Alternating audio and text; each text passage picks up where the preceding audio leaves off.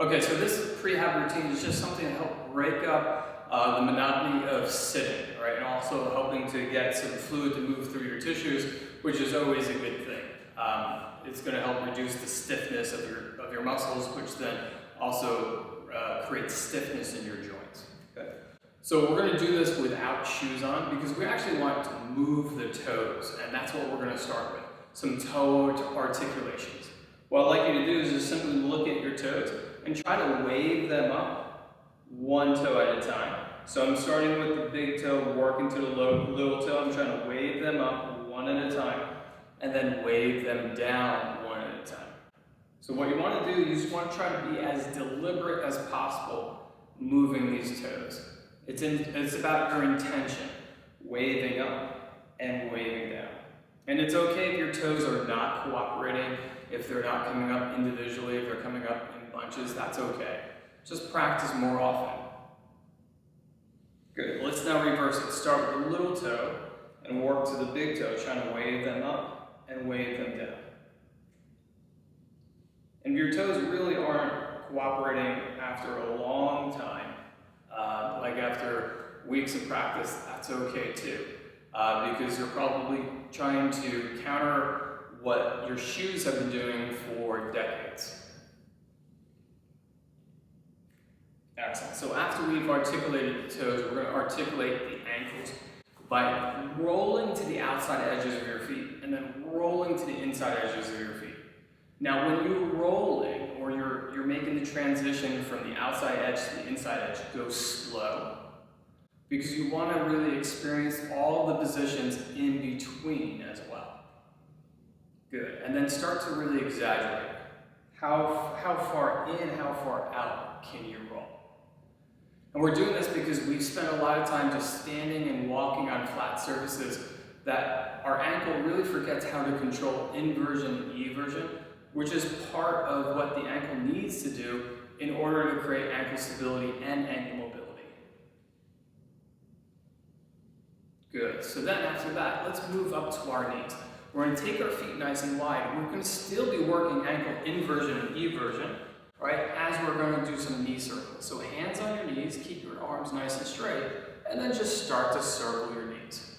You'll notice that your feet are rolling in and out. Keep that going. Exaggerate that foot roll. That's going to allow you to move your knees even bigger.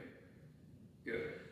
Now, as you're doing this, I want you to notice how fast your body wants to move right now. Slow it down just a little bit. Good. And the reason we want to slow it down is that we actually want to spend more time in these positions because your body doesn't want to be there. And your body will develop more resiliency and more strength in these positions, right? More competency in these positions if we can spend more time in it. So slow down.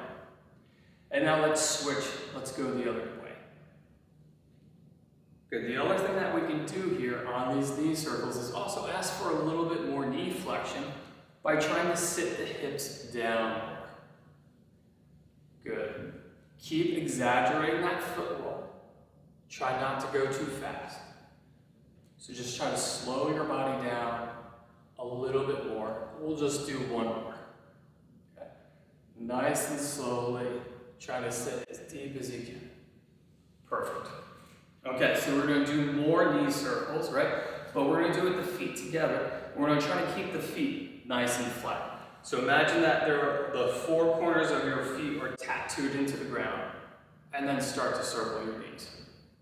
This is going to teach your ankles how to get deeper into dorsiflexion, while also trying to include inversion and eversion as you're working in dorsiflexion.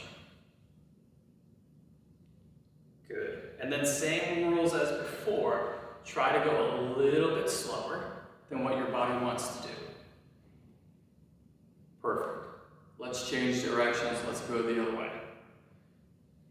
Good. And then let's also see if we can sit the hips down a little bit more. Good. Are your heels coming off the ground? If so, that's just showing you that your ankle dorsiflexion is a little limited, right? Just go slower. And then just keep asking for a little bit more. We'll just do one more circle here. So then from there, let's move up to the hips, right? Let's just move the pelvis. So I just want you to imagine you have a belt buckle on. Turn that belt buckle up and down, up and down. In fact, if you put your hands on your pelvis here, all right, assist it and really exaggerate these pelvic tilts. Belt buckle up and down. Good. You should feel how your abdominals are crunching. Really crunch them. If you've been sitting for a long period of time, those abdominals probably are not doing a lot of work. This is an opportunity just to re-engage them, activate them again. Perfect. Okay, good. So now we're going to take the hips, we're going to shift it left and right. Keep your hands on your shoulders. We want to keep your rib cage and your shoulders still, and just send the hips left and right. Okay? So try to be slow and smooth here. And then just see how far the hip can go, left and right. Excellent. If you can do this in front of a mirror, that's even better, so you know that if your rib cage and your shoulders are moving, as compensation. Perfect. So then keep your hands on your shoulders, and now we're going to rotate that belt buckle. So turn that belt buckle to the right as far as you can, and then to the left. Okay? Try not to move your shoulders. We're trying to rotate through the spine here. We're also rotating in the hip sockets, and you're going to feel how the legs are twisting too. That's all good things, right? This is just going to help activate your entire lower body. In fact, as you're turning your pelvis from side to side right now, really try to feel all 10 toes pressing into the ground. And can you keep your feet flat on the floor? The more that you can feel the ground through your feet right now, that's a good thing. That's more proprioception coming into your brain, which is a good thing. Because when we sit, that proprioception diminishes. Excellent. So after all that, then let's take the hips into a really nice big circle. So let's push the hips forward and then slide it out to the side, reach them back, then out to the other side. Good. Once you're at that starting position, change direction, go the other way. And as we're doing these circles with the hips, just keep in mind what we did with the knees, is that we wanted to go a little slower than what your body wanted to do. So that's going to force you to spend more time in all of these positions, all the way through.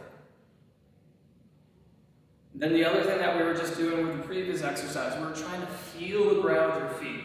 So if you really try to spread your toes right now, feel the ground with your feet as you're doing this, and create more sensation through your lower body, you'll be sending more proprioception to your brain, which is a good thing. Proprioception is basically your body's awareness of where it is in space, and the more proprioception that we have, the more information we have to create movements and movement patterns with more accuracy, which is always a good thing. Okay, one more time in each direction with this hip circle. See if you can reach the hips out a little bit further all the way around. So you're trying to draw a little bigger of a circle all the way around the circle. So 360 degrees all the way around. Excellent, perfect. So then after that, you may want to grab something to hold on to, and we'll do some standing hip cars, controlled articular rotations, which is a great exercise because it makes you work through all the joint actions of a single joint, okay?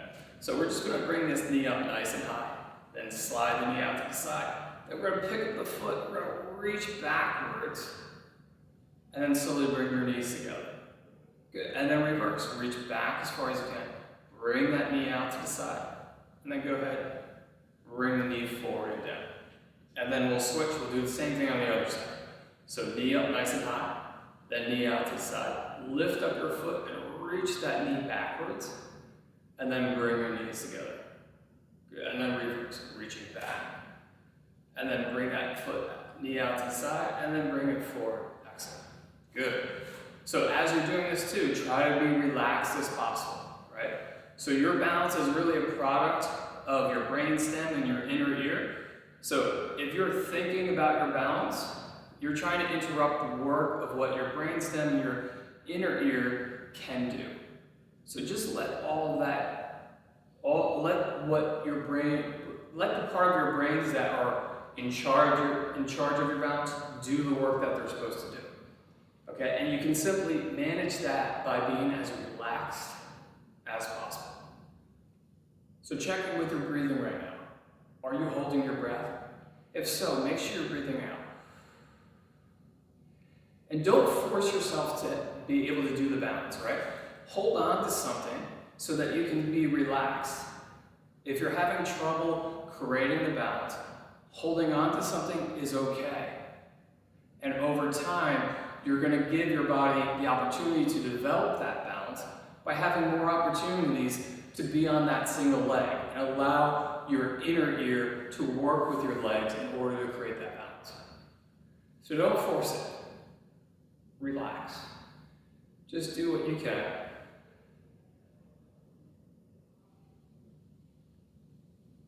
Excellent. And after all that, hopefully you feel like your lower body is a little bit more active. And maybe go ahead, take a little bit of a quick break, go for a walk, go grab something, then come back before you sit down again and start working at your desk.